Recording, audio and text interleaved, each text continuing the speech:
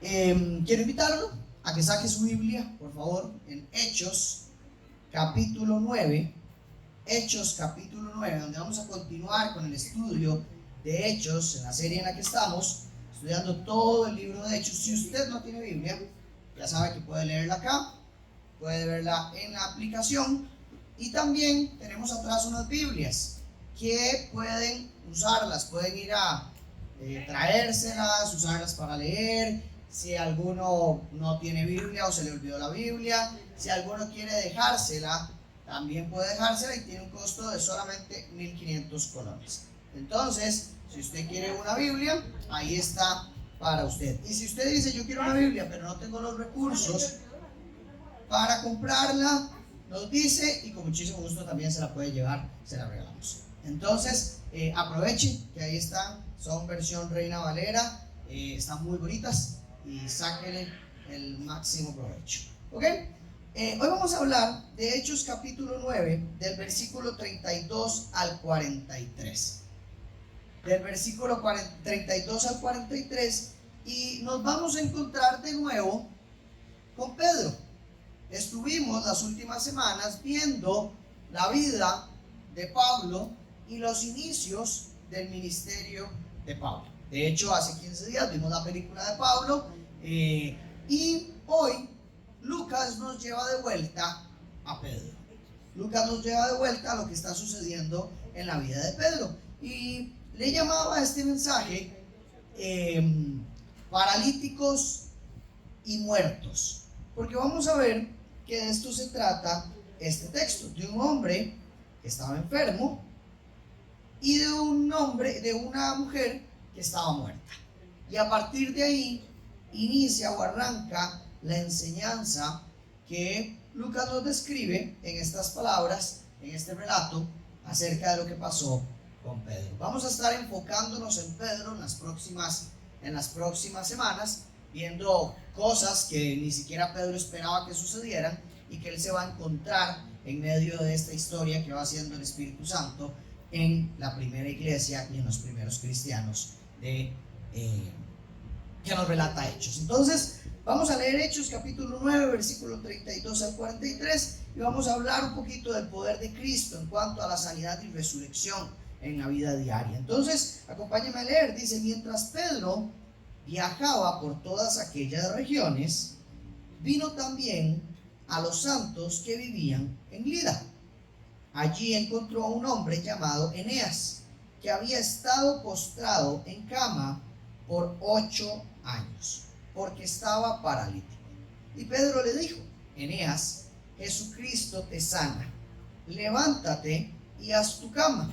Y al instante se levantó. Todos los que vivían en Lida y en Sarón lo vieron y se convirtieron al Señor.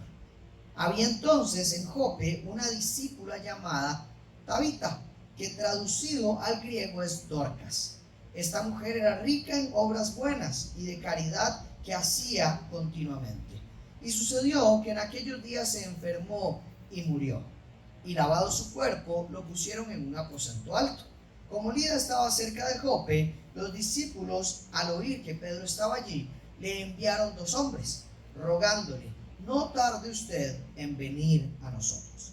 Entonces Pedro se levantó y fue con ellos. Cuando llegó, lo llevaron al aposento alto, y todas las viudas lo rodearon llorando, mostrando todas las túnicas y ropas que Dorcas solía hacer cuando estaba con ellas. Pero Pedro, haciendo salir a todos, se arrodilló y oró, y volviéndose al cadáver dijo: Tabita, levántate. Ella abrió los ojos y al ver a Pedro se incorporó. Él le dio la mano y la levantó, y llamando a los santos y a las viudas la presentó viva. Esto se supo en todo Jope, y muchos creyeron en el Señor. Pedro se quedó en Jope muchos días con un tal Simón, que era curtidor. Señor, te damos gracias porque hoy estamos aquí reunidos. Te damos gracias por el privilegio que nos das de hacer iglesia. Te damos gracias porque tenemos tu palabra. Te damos gracias por este tiempo, y te pedimos, Señor, que dirijas esta enseñanza, que seas vos y que no sea yo, Señor, que no sea ni mi humanidad ni mi pecado, que hable, Señor, sino de verdad tu sabiduría a través de tu Espíritu Santo. En el nombre de Jesús. Amén. Hoy vamos a hablar de este texto, y para hablar hay que explicar un poquito, ¿verdad? Que aquí Lucas nos presenta dos milagros clave en su enseñanza, que siguen con esta idea principal de Lucas de mostrar las maravillas que Dios estaba haciendo en la primera iglesia. El objetivo de Lucas, recuerden, es contarle a su amigo Teófilo, ¿verdad? Que no sabemos específicamente quién es, pero va dirigida a alguien llamado Teófilo, contarle las maravillas de Jesús en el Evangelio de Lucas, y luego en Hechos contarle las maravillas que estaba haciendo Dios a través de todos los discípulos de Jesús. Y me gusta mucho que ya en esta parte, o ya de varios capítulos para acá, vemos no solamente lo que pasa con los apóstoles, sino que vemos también lo que pasa con todos los discípulos. Ya nos dan nombres de otros discípulos, de otras personas, de aquellos que tal vez no habían visto a Jesús, pero que ya estaban haciendo ministerio.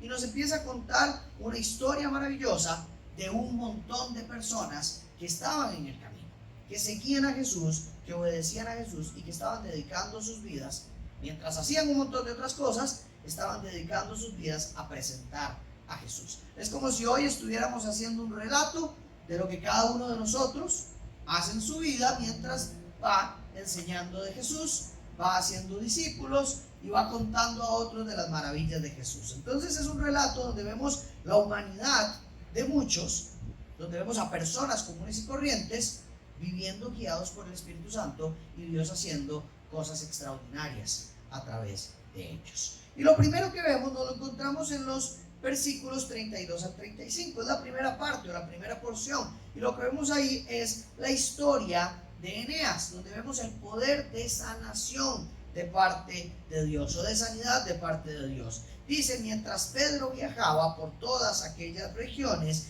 vino a los santos, o sea, cuando dice ahí a los santos, quiere decir que fue a visitar a los creyentes de esa zona. Ya habían creyentes en esa zona, no sabemos cómo, no sabemos cuándo, no sabemos por qué, pero ya habían creyentes en esa zona. Probablemente empezaron a surgir a partir de la persecución, en donde se empezó a expandir el evangelio por todas las ciudades aledañas a Jerusalén, y en esta ciudad ya habían creyentes, ya habían cristianos, y Pedro fue a estar con estos cristianos, y allí encontró un hombre llamado Eneas, que había estado postrado en cama por 8 años, porque estaba paralítico. ¿Verdad? Dice: y Pedro le dijo: Eneas, Jesucristo te sana, levántate y haz tu cama. Al instante se levantó, y todos los que vivían en Lida y Sarón lo vieron y se convirtieron al Señor. Lo que vemos acá es a Pedro haciendo algo que Jesús ya le había enseñado a hacer: orar y sanar a personas en el nombre de Jesucristo. Le dice: Jesucristo te sana, levántate y haz tu cama. Si a usted no le gusta hacer la cama, seguro usted dice: no, mejor me quedo aquí enfermo, ¿verdad? Lo mandó de una vez a ordenar la camita, a tender la cama, ¿verdad? Pero vemos aquí que inmediatamente Eneas es sanado. Y hay dos principios que nos encontramos en esta porción. El primero es que Jesucristo tiene poder sobre la enfermedad. Jesucristo, repito, tiene poder sobre la enfermedad. Nos damos cuenta aquí que aunque Pedro es el instrumento que Dios utiliza para hacer el milagro, no es Pedro quien sana a Eneas. Él dice que Jesucristo te sana, e inmediatamente Eneas es sanado. ¿Verdad? A veces uno escucha: hay un evangelista que sana, hay un fulanito que ora y sana a las personas. Ojo con eso, porque en nombre de quién sana. Si alguien no sana en nombre de Cristo, mejor hay que salir corriendo de ahí, por más de que pueda que haya sanidad, porque eso puede pasar.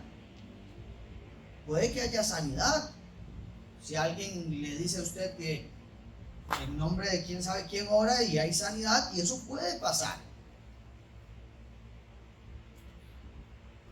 Pero ojo de después a quién anda usted adorando, porque Dios quiere que lo adoremos a Él. Y a Jesucristo es el único objeto, debe ser el único objeto de nuestra adoración. Entonces, ojo con esas cosas, porque hoy puede haber muchas modas y muchas cosas interesantes, pero si a mí no me está sanando Cristo, tengo que tener cuidado donde estoy poniendo mi fe. Y ojo que no estoy hablando de una parálisis. Puede ser cualquier otro tipo de enfermedad. ¿Y con quién me estoy sanando yo? ¿A quién estoy buscando para que me sane de mis enfermedades? Entonces aquí tenemos que entender que Cristo tiene poder sobre la enfermedad. Cristo tiene poder para sanar. Cristo tiene poder para restaurar. Y que nuestra fe debe depender únicamente en este poder de Cristo. Y que Cristo permite que personas oren por nosotros, nos acompañen, nos guíen, estén con nosotros en nuestros procesos de sanidad. Y esto es, yo sé que a veces hay iglesias donde tal vez son más de la tendencia de constantemente orar por los enfermos, ¿verdad? Y que tal vez son más extravagantes en esas cosas, y que uno puede decir, ay, qué peligroso eso. Pero también hay que tener cuidado con el extremo de dejar de orar por aquellos que están enfermos. Y pensar que esas cosas ya no pasan, o que Jesucristo ya no trae sanidad sobre la enfermedad. Porque si Jesucristo trae sanidad sobre la enfermedad o no, no depende de usted y de mí, depende de Jesucristo. Y nuestro trabajo como cristianos es creer que Jesús puede sanar y orar por aquellos que están enfermos. Nunca decirle a Jesús, Jesús, yo no me voy a ir de aquí sin que me sanes, y obligar y pensar que obligamos a Jesús a que nos sane. Pero sí orar, anhelando y soñando que su poder sanador llegue a nuestras vidas, o a las vidas de por aquellos que estamos orando, confiando en que el Señor tiene poder sobre la enfermedad. Y van a haber ocasiones en donde la sanidad llegue, y van a haber ocasiones donde la sanidad no llegue de manera inmediata también. Lo segundo que vemos acá es que dice que todos los que habitaban en Lida y Sarón vieron a Eneas y se convirtieron al Señor. Entonces vemos que la sanidad de Eneas se convierte en un testimonio poderoso que lleva a la conversión de otras personas. Dios usa las obras milagrosas para atraer a aquellos que tal vez necesitan observar su poder para creer en Él. Y me encanta cómo el Señor utiliza esto para que muchos se conviertan. No tiene un propósito vacío, no tiene un propósito egoísta, no tiene un propósito solo para unos. El Señor lo utiliza para glorificarse y para traer fe a aquellos que están observando. Yo creo que a veces nosotros, como cristianos, tenemos diferentes tipos de parálisis. No como cristianos, como seres humanos, tenemos diferentes tipos de parálisis. Tal vez no estamos enfermos en una cama, pero tal vez tenemos enfermedades en nuestro corazón. Tal vez tenemos heridas en nuestra vida. Tal vez tenemos enfermedades físicas. Tal vez tenemos enfermedades emocionales. Tal vez tenemos enfermedades espirituales. Y que a veces pueden parecer permanentes. Aquí vemos un caso de un hombre que lleva 8 años en una cama. Yo he conocido amigos y personas que llevan meses en una cama por una depresión, o meses en una cama por una enfermedad física, mental. Y yo creo que nosotros tenemos que seguir creyendo que Cristo tiene el poder y la capacidad para restaurar aquellas cosas que parecen que no tienen sanidad. Y que el Señor tiene la capacidad y el poder para restaurar heridas emocionales, heridas físicas, heridas espirituales, heridas mentales, heridas relacionales, heridas de todo tipo.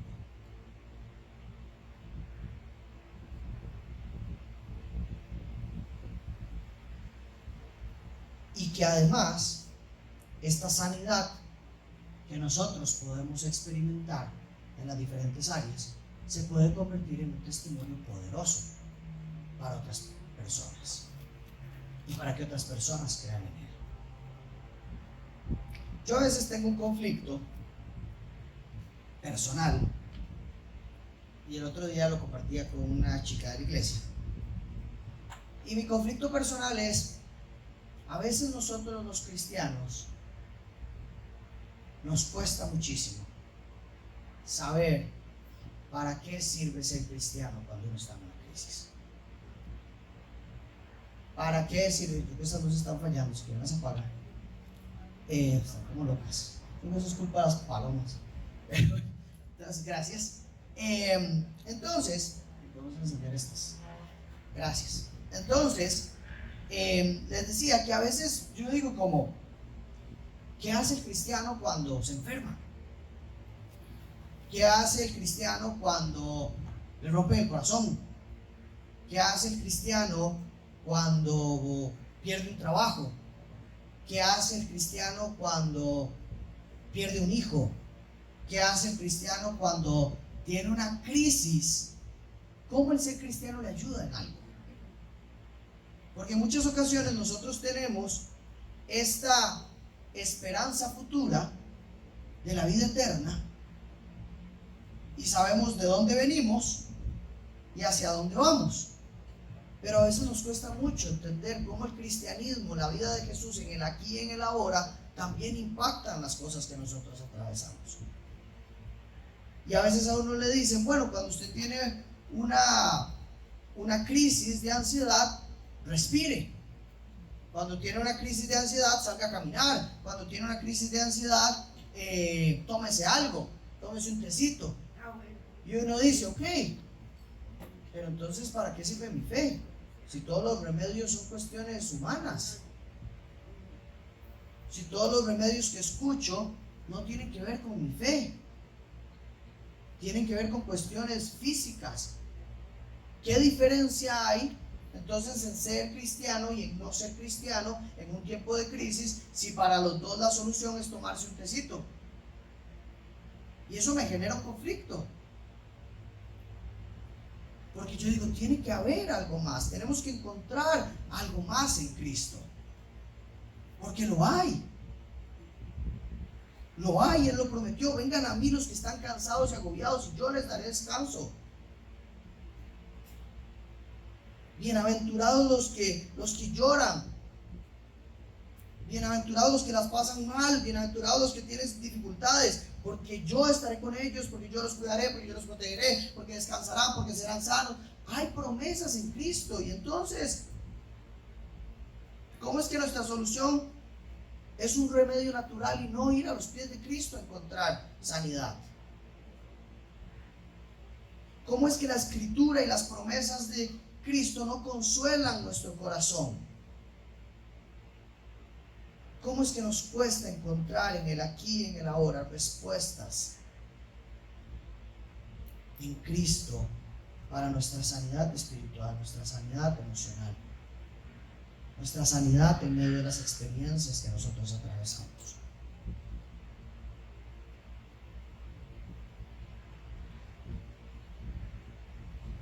Y tal vez usted puede tener respuesta a este conflicto. Ahora me la dice. Yo a veces entro en conflicto, de verdad, digo, ¿qué pasa, Señor? ¿Qué nos pasa como cristianos? Que no encontramos a veces la respuesta a esto. ¿Qué estamos haciendo que no encontramos la respuesta? Yo puedo dar mi respuesta desde mi experiencia, y desde lo que yo creo, y desde lo que yo veo en la Escritura.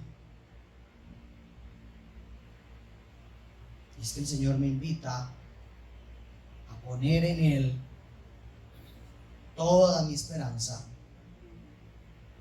a poner en Él toda mi fe, y Él allanará el camino, y Él me mostrará el camino. Y yo creo que muchas veces nosotros vivimos con esta parálisis en tiempos de crisis, en tiempos de dificultad, porque realmente no entendemos y comprendemos todas las promesas que Cristo tiene para nosotros. Porque no vivimos con la Escritura como una herramienta del día a día.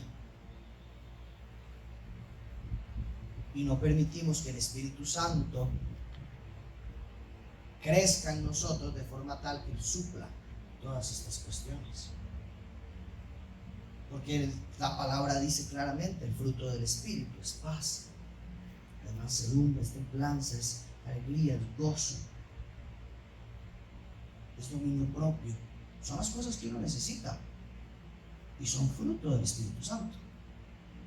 Entonces aquí hay un tema. En mi naturaleza y en el Espíritu Santo está este abismo que responde a lo que yo necesito para el aquí y el ahora. Pero lo encuentro en intimidad con el Señor. Lo encuentro en conocimiento de la Escritura. Lo encuentro en la memorización de la palabra. Mi esposa dice algo maravilloso y yo se lo creo totalmente. Y ella dice: cuando uno lee y memoriza la Escritura, el Espíritu Santo le trae a uno la palabra viva en el momento que uno la necesita. Pero cuando la Escritura está muerta en su corazón, el Espíritu Santo no tiene que recordarle, porque usted no sabe nada, usted no conoce nada, usted no tiene nada en su corazón de la Escritura. Y me ha enseñado mucho con eso, en la importancia de la memorización, tener la palabra fresca en mi vida todo el tiempo, en lo que le decía Dios al pueblo de Israel: mediten en esto de día y de noche. Mediten en esto, en estas palabras de día y de noche. Les decía: átense estas palabras a su cuello. Yo creo que ahí está la clave. Y me encanta que hoy estemos celebrando el mes de la Biblia, porque la clave está en la palabra, en vivir con la palabra atada a nosotros, no ahí escondida, no ahí tirada, no ahí echándose a perder. No, vivir con la palabra atada a nosotros, meditando de día y de noche en ella. El Espíritu Santo trae revelación sobre la palabra, llegando a nuestros corazones y ayudándonos a pasar esos tiempos de crisis. Entonces lo que yo creo, viendo las Escrituras, y tal vez usted puede encontrar otra respuesta cómo nosotros pasamos el aquí y el ahora, y es que Cristo sí tiene toda la capacidad de sanar. Cristo sí tiene toda la capacidad de restaurar cualquier enfermedad, no solo física, sino emocional, espiritual, mental que tenemos.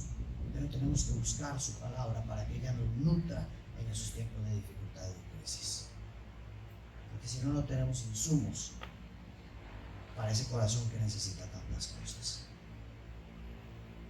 Y yo creo que es muy importante, y es una misión que yo me he puesto como cristiano, y es aprender cómo el Evangelio afecta mi día, aquí y ahora, en cada situación particular que yo vivo.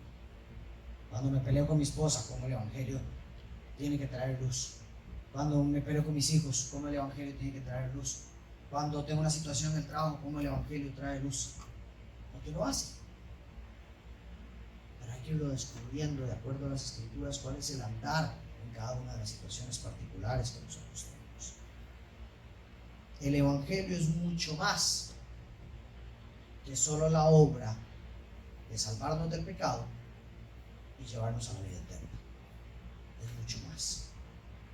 Y eso es quizá lo más importante, pero es mucho más. Y hay que irlo descubriendo como cristianos y no quedarnos solo con esos dos titulares de la obra de Cristo. Lo segundo que vemos acá no solamente es el poder de la sanidad, sino es el poder que tiene Cristo sobre la muerte. Y es en la resurrección de Dorcas. Dice: había entonces en Jope una discípula llamada Tabita, que traducido al griego es Dorcas. Nos encontramos acá una mujer, discípula de Jesús, que además es muy conocida por obras buenas. Dice el texto que tenía demasiadas buenas obras y que además ayudaba a las personas, que ayudaba a los necesitados. Ve que dice rica, en obras buenas y de caridad. Qué bonito que digan eso de uno. Ay, conocimos a Priscila, que es una mujer rica en buenas obras, rica en caridad, que siempre bendice a las personas. Qué lindo que hablen así de uno. Y Dorcas se enferma y muere. Y la comunidad se entristece y llama a Pedro para que de inmediato venga. Dice el texto que las viudas que habían sido muy beneficiadas por la bondad de Dorcas le muestran a Pedro como todas las cosas que Dorcas había hecho por ellas. Las vestiduras y las túnicas que Dorcas les había hecho, y contando del buen testimonio de Dorcas. Pero se enfermó y murió. Y aquí veo 3 puntos que quiero destacar. El primero es la importancia de servir a los demás.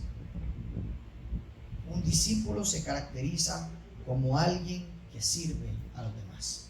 Esta mujer servía a las viudas de su comunidad. Y cuando se murió, se entristecieron. Yo quisiera que un día, cuando yo me muera, la gente se entristezca y no se alegre. Que no digan, qué dicha que ya qué dicha que se nos deshicimos de él. No, sino que alguien diga, qué duro, qué triste, porque era de mucha bendición para nosotros. Y el otro día le decía a los líderes de la iglesia también que actividades como la que hicimos el fin de semana pasado son importantes como iglesia, porque nosotros tenemos que ser una iglesia que algún día, si no estamos aquí, la gente diga, qué lástima que se fueron, y no, qué dicha que ya se fueron.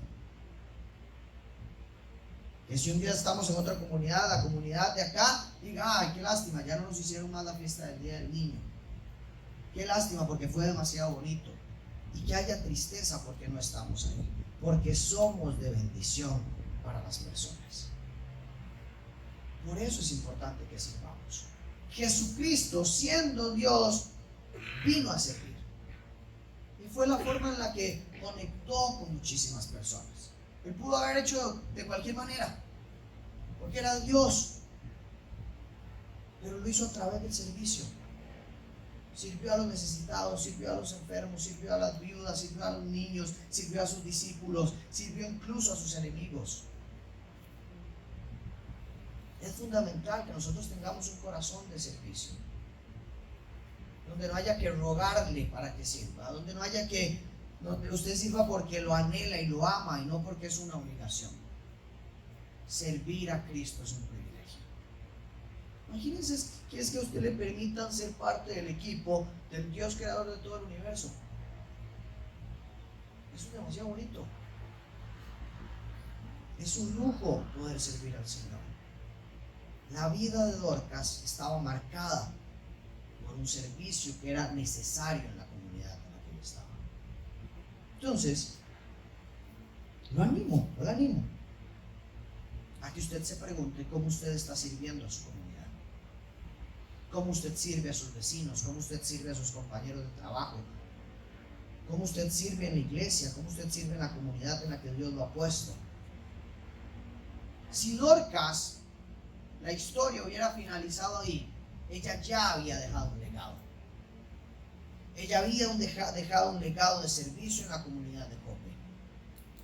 E iba a ser recordada todo el tiempo como la mujer que servía con túnicas y con vestimentas a las viudas en la comunidad de Jope. ¿Cuál es su legado de servicio? ¿Cuál es el legado de servicio que usted va a dejar aquí cuando ya no esté más? ¿A quién va a lavarle los pies usted? A niños, a viudas, a personas en las calles, a empresarios, a músicos, a compañeros de la U. No sé, pero hay alguien a quien podamos servir y que podamos dejar un legado de servicio. El segundo punto que veo es cómo Dios impacta a través de la comunidad y cómo Dios utiliza a la comunidad de creyentes para bendecir a las comunidades. cómo Dios estaba bendiciendo a las viudas por medio de los cristianos. Y eso es maravilloso, porque yo siempre digo, y lo voy a repetir hasta el cansancio, los problemas sociales que nosotros vivimos no podemos achacarlos o echarle la responsabilidad a los gobiernos y a los presidentes y decir que van a ver qué hacen. No, porque si somos cristianos somos la luz del mundo. No, Dios no dice, los gobiernos son la luz y la sal del mundo. Confíen en ellos para que resuelvan los problemas. Confíen en ellos para que alimenten a los pobres. Confíen en ellos para que ellos van a visitar las cárceles. Ellos van a dar ropa. Eso no dicen las escrituras. Las escrituras invitan a los cristianos a hacer eso. Las escrituras invitan a los creyentes a impactar las comunidades en las que ellos están y a ser de bendición y ayudar a resolver los problemas sociales, o por lo menos a cargar con el dolor de los problemas sociales que viven nuestras comunidades. Y el tercer punto que veo es que la vida y la muerte están en las manos de Dios, y que Él decide cuándo dar vida y que Él decide cuándo hay muerte, y que depende absolutamente de Él, y que no solamente Él tiene poder para sanar, sino que también tiene poder para resucitar a los muertos. La muerte de Dorcas nos recuerda que rápidamente la vida se puede escapar, que rápidamente podemos estar vivos y el segundo después ya no, y que nada nos asegura que vamos a estar aquí todo el tiempo que nosotros pensamos que vamos a estar aquí. Y eso nos tiene que recordar que tenemos que buscar a Cristo pronto, porque no sabemos cuánto tiempo vamos a estar. Y que hay familiares y amigos que nos encantaría que encuentren a Cristo pronto, porque si hoy fuera su último respiro, sabemos que no estarían con nosotros disfrutando de la presencia de Jesús. Y eso tiene que cargar el corazón del creyente, para decir, yo amo a este primo, yo amo a este hermano, yo amo a este hijo, yo amo a este padre, pero sé que si hoy fallece no va a estar con Cristo en la eternidad, y eso debe movernos hacia algo.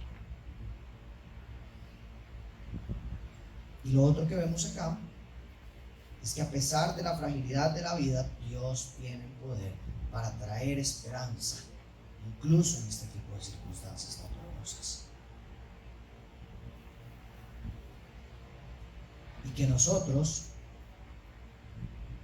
podemos traer vida a través de la palabra de Cristo y de la obra de Cristo a muertes espirituales, a muertes relacionales o a muertes emocionales que hay alrededor de nosotros. Porque Cristo tiene poder para sanar y para traer vida. En este mensaje vemos claramente cómo Eneas y Dorcas nos muestran dos aspectos que no son menores de la vida cristiana. Y en serio, presten mucha atención. La sanidad y la resurrección no son cosas menores de la vida cristiana. La sanidad y la resurrección son milagros que surgen a partir de Jesucristo para todos los que creen en Él. El Evangelio de Jesús es una historia de sanidad y resurrección. El resultado del Evangelio de Cristo es sanidad y resurrección.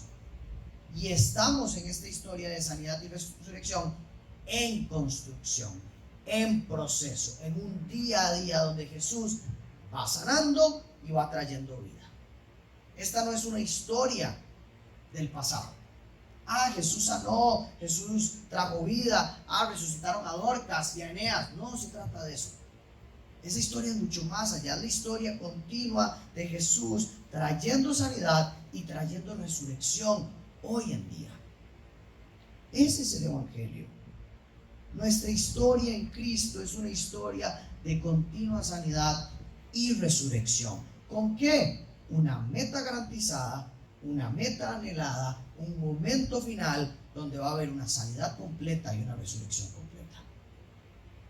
Pero mientras estamos aquí, mientras estamos ahora y estamos pegados a Jesús, Jesús va sanando, restaurando y transformando todas las cosas que necesitan ser sanadas y transformadas.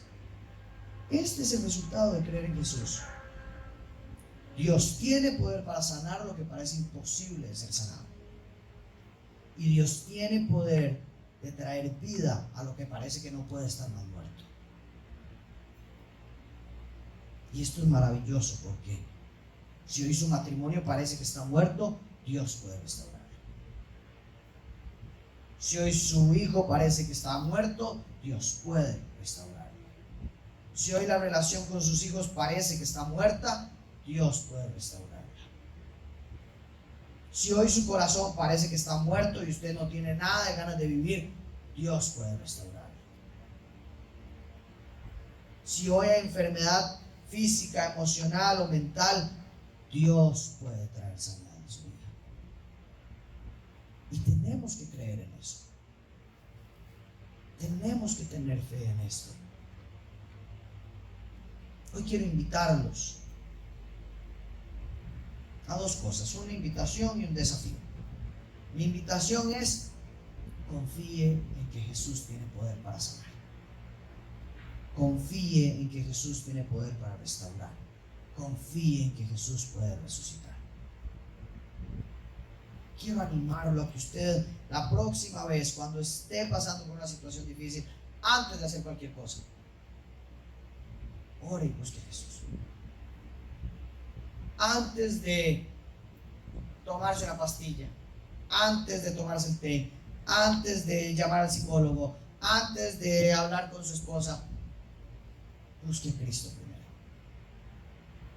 Busque a Cristo primero. Busque a Cristo en oración y busque a Cristo en adoración. Porque son dos formas maravillosas en las que Cristo calma el corazón.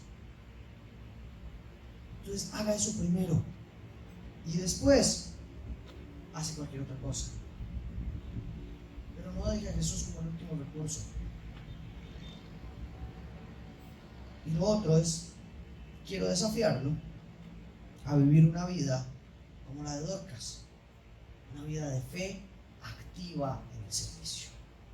Una vida en la que decimos: Dios, úsame para dar testimonio a los demás, como lo hizo Pedro. A Pedro le dijeron: póngale, necesitamos su ayuda. Y Pedro no dijo: no, yo no tengo tiempo para eso.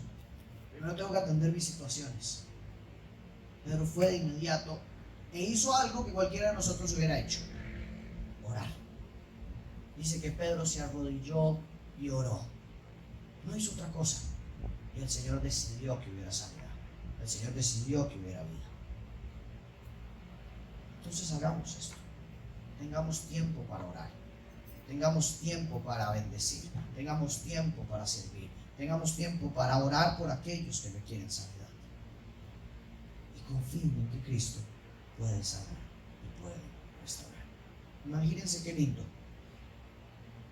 que tal vez ese hermano o familiar que usted dice no es creyente y me encantaría que sea creyente, la próxima vez que se acerque a contar una situación difícil, usted le diga: voy a orar por usted, y que Dios haga algo maravilloso, y que haya un milagro ahí, y que esa persona crea. Si no es eso para lo que estamos aquí, entonces ¿para qué? Porque es emocionante ver esos milagros. Y queremos como cristianos ver esos milagros. Y a veces solo hace falta orar para que ese milagro pase. Y nos da miedo orar. Nos da pena orar. Queremos ver milagros. Pidámosle a Dios milagros. Queremos ver sanidad. Pidámosle a Dios sanidad. Queremos ver vida. Pidámosle a Dios vida. Pero si ni siquiera pedimos, ¿cómo esperamos que algo pase? Señor, te damos gracias porque traes vida, porque sanas, porque restauras. Creemos, Señor. Creemos, y de verdad esta es una confesión personal. Yo creo, Jesús, que tienes poder para sanarme, para restaurarme, y para traer vida a lo que está muerto. Señor, yo creo que puedes sanar no solo a mí, sino a todas las personas que tienen una enfermedad. Yo creo que puedes traer vida incluso a aquellos que están muertos. Yo creo esto, Jesús. Y creo que esto es siempre de acuerdo a tu voluntad. Pero Señor, yo voy a dejar de limitar que milagros maravillosos pasen porque a mí no me da la gana orar, o me estoy perdiendo de milagros maravillosos que tal vez otro sí oró y yo no lo hice y me perdí de esa maravilla en ese momento. Yo quiero, Señor, a partir de ahora empezar a orar porque milagros pasen en las diferentes situaciones de la vida. Que milagros pasen cuando tengo una crisis de ansiedad, que milagros pasen cuando tengo una crisis de depresión, que milagros pasen cuando tengo un problema financiero, que milagros pasen cuando hay enfermedad en mi casa, que milagros pasen cuando me quedo sin trabajo, que milagros pasen hasta cuando me duele la cabeza, Señor. Quiero pedirte constantemente que tu poder se derrame en las diferentes áreas de mi vida. Señor, que mi fe no solo se apuesta en una esperanza futura, sino que se apuesta en práctica en el día a día en todas las cosas que me pasan. Que yo viva tu evangelio aquí y ahora, teniendo esperanza en que restauras, en que sanas las distintas situaciones que yo estoy atravesando, Señor. Señor, en el nombre poderoso de Jesucristo, hoy te pido sanidad para los corazones de esta iglesia, Señor. Te pido sanidad para las heridas que cada uno de los que estamos aquí tiene. Te pido sanidad para el rencor que cada uno de aquí tiene acumulado. Te pido sanidad para el dolor y las heridas que cada uno de aquí ha sufrido y que todavía no ha podido sanar, Señor. Te pido descanso para aquellos que están agobiados.